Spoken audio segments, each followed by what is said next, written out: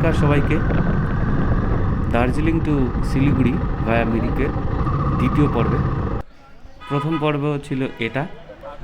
যারা মিস করে গেছেন তারা আমার টাইম লাইনে যাবেন, দেখতে পারবেন। এখন পাস করছি সুখিয়াপট্টি বাজার। খুবই পপুলার একটা জায়গা, যারা ট্রেকিংয়ের সাথে যুক্ত আছে তারা খুব ভালোভাবেই চেনে। মানেভঞ্জন হয়ে দার্জিলিং যেতে হলে আপনাদেরকে কিন্তু এখানেই আসতে হবে, এখান থেকেই গাড়িতে করে মানেভঞ্জন যেতে হবে।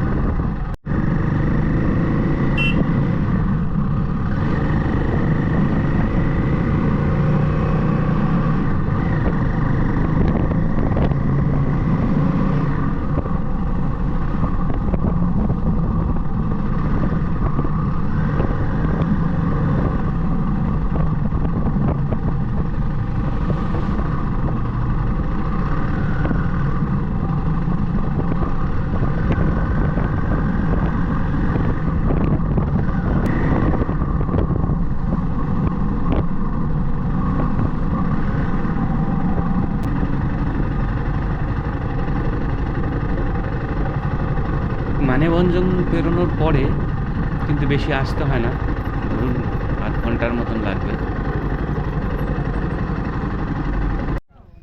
গাড়ি পার্কিং করে নিলাম, লেটস এক্সপ্লোর।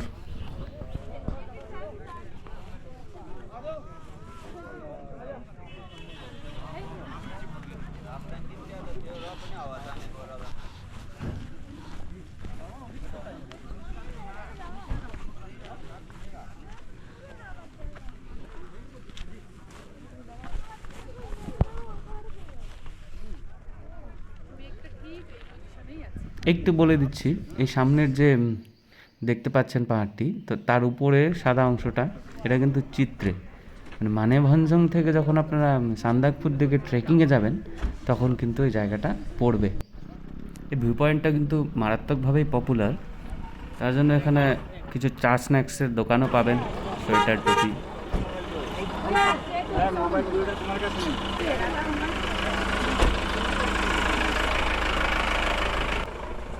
চলুন তাহলে বাজারটাকে ঘুরে দেখা যাক কি আছে।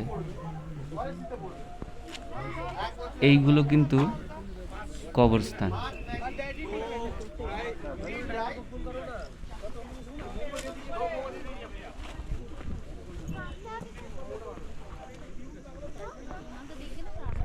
এই ভিউ পয়েন্ট দেখতে পাচ্ছেন, ভিউটা এর কিন্তু সোজাসুজি হাফ, অর্ধেকটাই কিন্তু নেপাল পড়ে যাচ্ছে এবং অর্ধেকটা ইন্ডিয়া।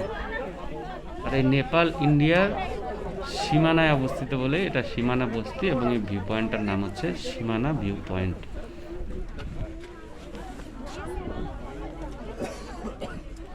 আরেকটি ইন্টারেস্টিং জিনিস হচ্ছে, যতগুলো দোকানপাট খুলেছে এখানে মোটামুটি প্রত্যেকটাই কিন্তু এই কবরস্থানের উপরেই অবস্থিত।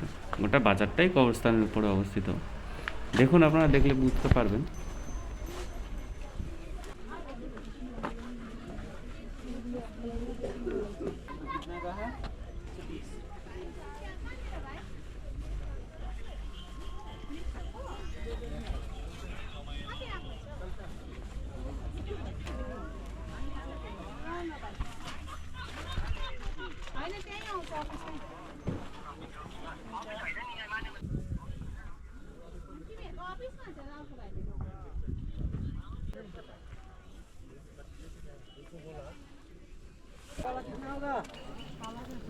এরকম হাত মোজো, টুপি কিন্তু এখানে অ্যাভেলেবেল আছে। তবে হ্যাঁ, কিনতে গেলে একটু কিন্তু বার্গেনিং করেই কিনবেন, but no doubt quality is good.